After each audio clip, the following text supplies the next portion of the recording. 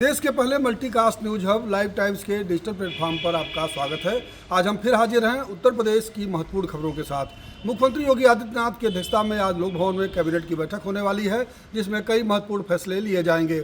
इसमें सबसे महत्वपूर्ण फैसला होगा स्वामी विवेकानंद योजना के तहत 25 लाख युवाओं को स्मार्टफोन और लैपटॉप देने की योजना का।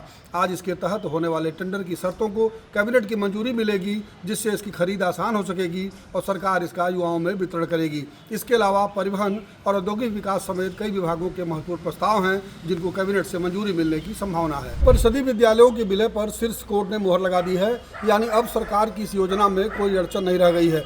50 से कम छात्र संख्या वाले और 1 किलोमीटर से कम दूरी वाले विद्यालयों को अब दूसरे विद्यालयों में मर्ज कर दिया जाएगा।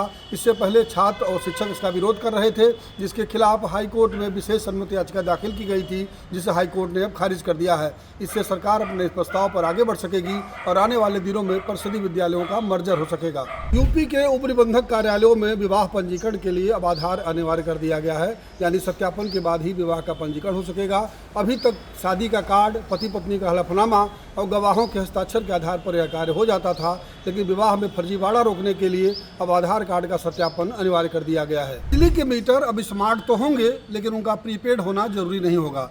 केंद्रीय विद्युत प्राधिकरण ने पुरानी व्यवस्था में संशोधन करके नई अधिसूचना जारी कर दी है। इसके मुताबिक कनेक्शन स्मार्ट मीटर से तो दिए जाएंगे, लेकिन प्रीपेड की अनिवार्यता नहीं होगी।